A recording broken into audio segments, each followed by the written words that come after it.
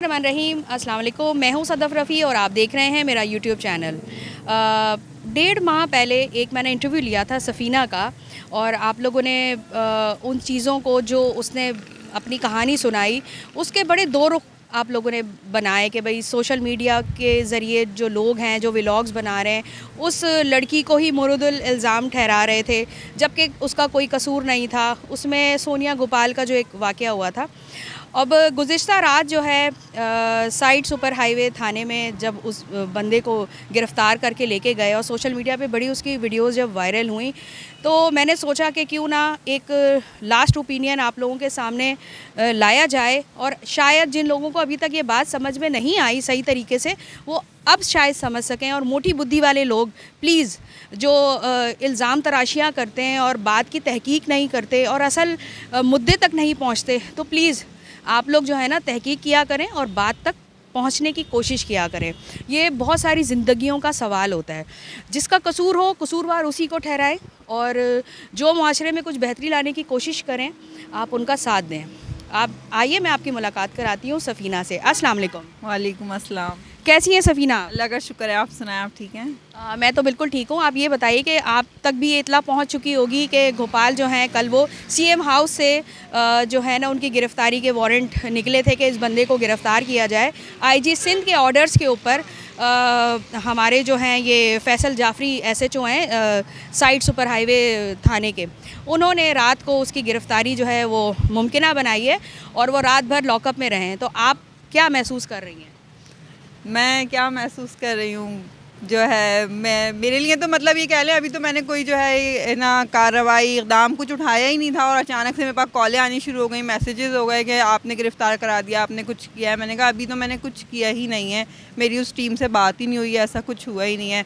तो फिर ये कहा गया कि जी बस अब कोशिश ये है कि वो माफ़िया मांग रहा है, बहुत जल्द जो है अब उसको छुड़वा देंगे। मैंने उनको ये कहा, मैंने कहा आप बहुत गलत कर रही हैं, कम से कम 2-4 दिन मेरे हिसाब से तो लॉकअप में रहना चाहिए बंदे को, ताकि थोड़ी सी पनिश वगैरह मिले, उसके बाद उसकी जो है कुछ अकल ठिकाने आती है। अब घर से फैमिली से दूर रहता है तो, और थोड़ी बहुत जब ये पुलिस का तो आपको पता ही है हमारे यहाँ की कि किस तरीके का फिर वो करते हैं, क्या होता है। हमारे देखने वाले नाजरीन को ये बात जो है वाज़ा कर दें कि आपने अभी तक ये फरवरी से लेकर और अभी तक का जो सफ़र है, तमाम एविडेंस होने के बावजूद, सारी चीज़ें उसके ख़िलाफ़ जाने के बावजूद आपने कोई कानूनी कार्रवाई अभी तक नहीं की थी। मैंने अभी तक नहीं की, बिल्कुल नहीं की। यानी कि वो अपनी मौत आप मारे गए। उनकी एक जो अपनी वीडियो जो उन्होंने अपलोड की थी अपनी बेगम को मारने की, तशद्दुद की और फैमिली वायलेंस की, उसके ऊपर ये एक्शन लिया गया है। आप हमारे देखने वाले नाज़रीन को ये चीज़ वाज़े करें कि आपने कोई एक्शन नहीं लिया था उनके अगेंस्ट। बिल्कुल, मैंने बिल्कुल भी, मैं तो हैरत में रह गई कि ये हुआ क्या। सिर्फ मेरी एक कंप्लेन हाँ मीडिया को गई थी, उसके बाद जो हुआ वो सब फैब में जो हुआ, जो सब मंजर आम पर आया, बड़ा वावेला मचा, एक आग लगी वाईटी पर। उसके बाद जो है अब ये जो है इनकी ख़ुद की अपनी ये कह लें अपनी हरकतों से ये मारे गए हैं। इन्होंने इस तरीके की लाइव में आके अपनी बीवी को मारना, वैसे भी कानूनन जुर्म है ये कि अपनी वाइफ को इस तरीके से मारना, किसी लेडीज़ पे हाथ उठाना। बिल्कुल, इसकी तो मैं भी मज़म्मत करती हूँ कि चाहे उसका हाथ था या उसने वाकई में, जब आपने शिकायत की थी उनके हस्बैंड की, तो सोनिया, वो तो ऑडियोज़ भी ज़ाहिर है सोशल मीडिया पे मौजूद हैं। अगर जो लोग नहीं इस तमाम बात को समझते तो वो जाइए, और वो ऑडियोज़ की सूरत में मौजूद है जिसमें सोनिया गोपाल ख़ुद इनसे बात कर रही हैं और अपने शौहर के आदतों के बारे में और जो भी उनके साथ मसले मसाइल थे वो तमाम डिटेल वहाँ पे मौजूद है। आप जाके वो चेक कर सकते हैं। अच्छा, मुझे एक और चीज़ बताइए कि इस सारे सिनेरियो के बाद ये जो तमाम मामलात हुए हैं, आप क्या समझती हैं कि आपको अपने इर्द गिर्द के माहौल में कोई तब्दीली नज़र आई? लोगों का विज़न आपके लिए तब्दील हुआ, या लोग आपको किस नज़रिए से अब देख रहे हैं?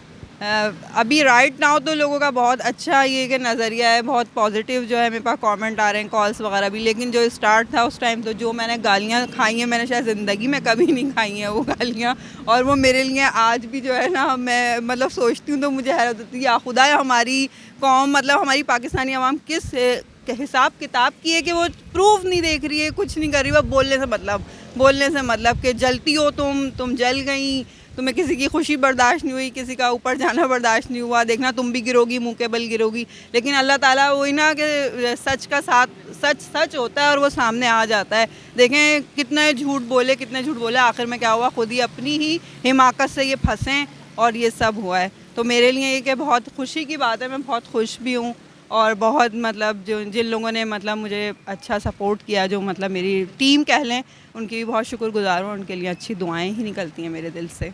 अच्छा, एक और चीज़ कि हमारे निजी चैनल पर जब ये शो ऑन एयर गया था, उसका भी फीडबैक उस तरीके से नहीं आया जिस तरीके से आना चाहिए था।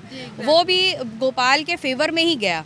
ठीक है, वो सारी चीज़ें होनी नहीं चाहिए थी, हालांकि एविडेंस तो तब भी मौजूद थे और आप तब भी तनकीद का निशाना रहीं। ये तो हमारे सिंध पुलिस की जानिब से जो इक़दाम हुआ है, उसके बाद से आनन फानन जो है तमाम चीज़ें लोगों के लिए क्लियर हुई हैं और अभी बहुत से लोग अभी भी नहीं समझ पा रहे हैं। वो अभी भी आपको मुरदुल इल्ज़ाम ही ठहरा रहे हैं कि गलती जो है ना वो उस कपल के दरमियान आने की कोशिश की है या आपका कोई ज़ाती मुफाद इसमें छुपा था।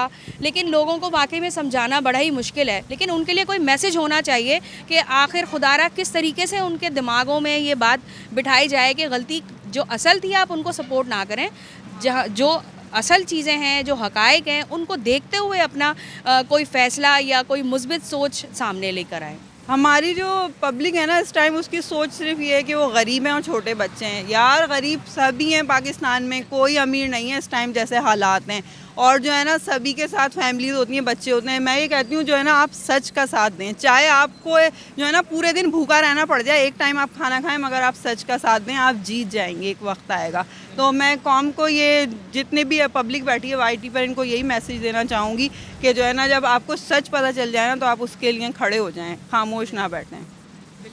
लेकिन ये है कि चलें, अल्लाह ने आपकी सुनी और आपने बहुत सब्र से काम लिया। अगर आप चाहते तो इनके अगेंस्ट बहुत एक्शन ले सकते थे और इनके लिए जो FIR बनती वो बड़े संगीन नताइज उसके सामने आ सकते थे।